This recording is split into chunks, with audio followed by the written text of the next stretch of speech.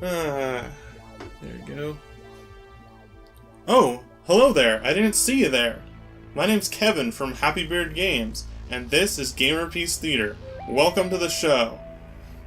Tonight we're looking at a game from the classic arcades, and that is a Donkey Kong game. Now, previously in GAMERpiece Theatre, we looked at the arcade classic original, Donkey Kong. Today we're returning to that exact same NES cart, which includes Donkey Kong and Donkey Kong Jr. as we take on the sequel to Donkey Kong, Donkey Kong Jr., which places you in control of Donkey Kong's son. So you're playing as a Kong for the first time, and you're trying to rescue Papa DK, that's Donkey Kong, from the clutches of the evil Mario.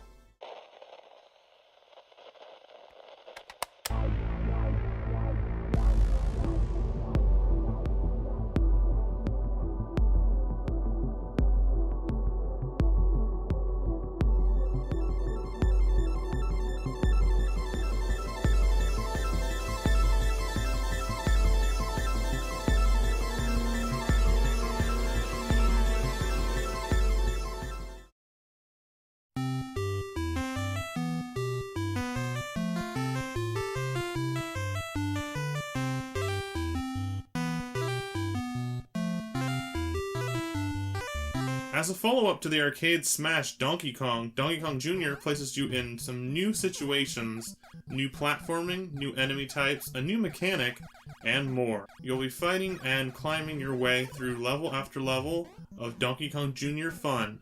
If you enjoyed the original Donkey Kong, and most people did, then this game is probably for you, but here's a little honest warning: this game has enough variation to it that it might throw off newcomers.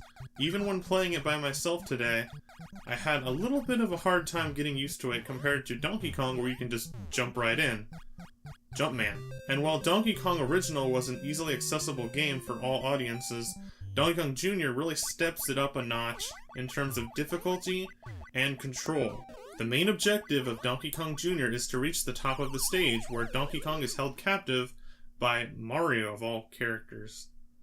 Is Mario a bad guy, or is he just getting revenge on Donkey Kong? Actually, I'm not really sure about that on this game. But for your intents and purposes of being Donkey Kong Jr., Mario is the villain here. A bit of a twist. Reading from the official Donkey Kong Classics instruction manual, it says this about Donkey Kong Jr. The object of the game is, DK Jr. is on a mission to rescue Donkey Kong from Mario's cage, jump from vine to vine collecting bonus fruits and avoiding lethal snapjaws. Then move on to tougher stages, jump platforms, dodge sparks of electricity, and watch out for those birds. Use your skills to get the key that will set your papa free. So what are they going to do in this one to introduce some new mechanics? Well, one of the biggest new mechanics of this game is vine climbing. Yes, you can climb onto ropes or vines, and there's a bit of a trick to it, but once you figure it out during gameplay, you'll understand it. If Donkey Kong Jr. is grabbing only one rope, he can slide down fast. If he's grabbing both ropes with both arms stretched out together, he can climb up fast. So there's the difference between climbing down fast and climbing up fast that you have to remember while playing Donkey Kong Jr. You'll need this not only to reach the top of the level, but also to dodge the enemies, which are mostly birds or claptraps which climb onto the vines and will attack you and hurt you when touched. Unlike most arcade games which repeat the same stage over and over, increasing the gameplay's difficulty, on Donkey Kong Jr. you actually have 4 stages that you have to progress through before it repeats those 4 stages once again.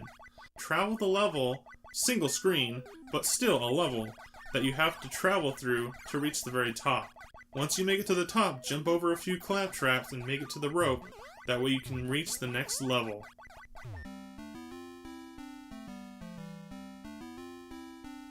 The third stage of Donkey Kong Jr. is a little bizarro, and it stands out to me a little bit more than the other stages. It's not a jungle setting, it's a strange, electric-y, computer-y, Tron-like stage that almost feels out of place in this game, because it doesn't fit in with the other levels' designs. But it's still an interesting stage, and in my opinion, one of the easier stages in the game, at least from the difficulty levels that I've played on. Now, this stage features a few platforms, they all look identical, but they all have an electric current running through them, and you have to jump over and dodge that as it passes by.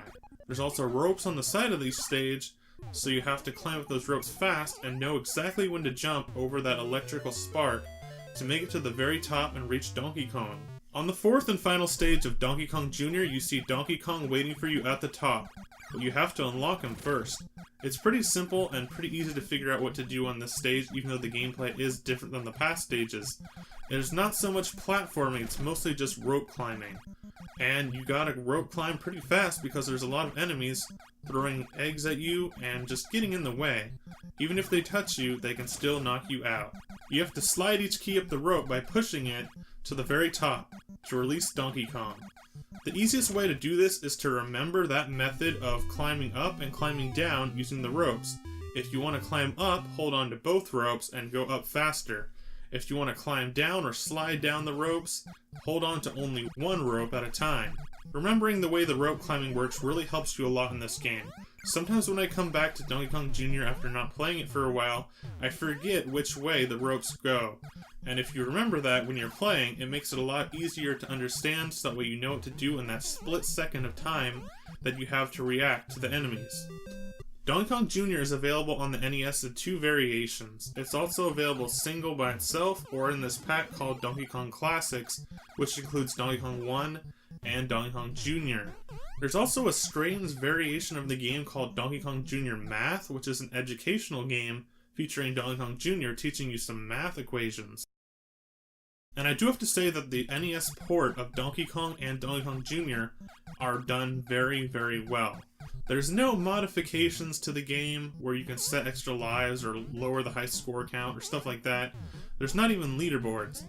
But for what it is, the gameplay retains itself pretty well on the NES compared to the arcade counterpart of Donkey Kong Jr. It's a very good port. Alright everybody, that was it for today's GAMERpiece Theatre. We looked at Donkey Kong Jr. on the Donkey Kong Classics collection for the NES. This is an arcade port of an 80s arcade classic and a true masterpiece of video games. Thank you for watching GAMERpiece Theatre today on Happy Beard Games. If you'd like to support my channel, please subscribe. Also leave a like if you enjoyed this video. There's more GAMERpiece Theatres in the works for the future, and there's some past videos that are still available right now to watch, so check those out if you're interested.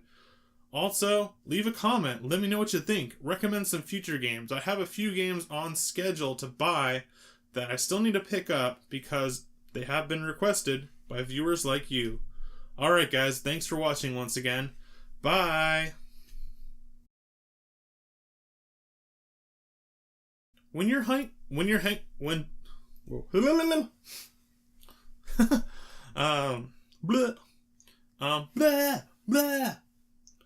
Okay, when Donkey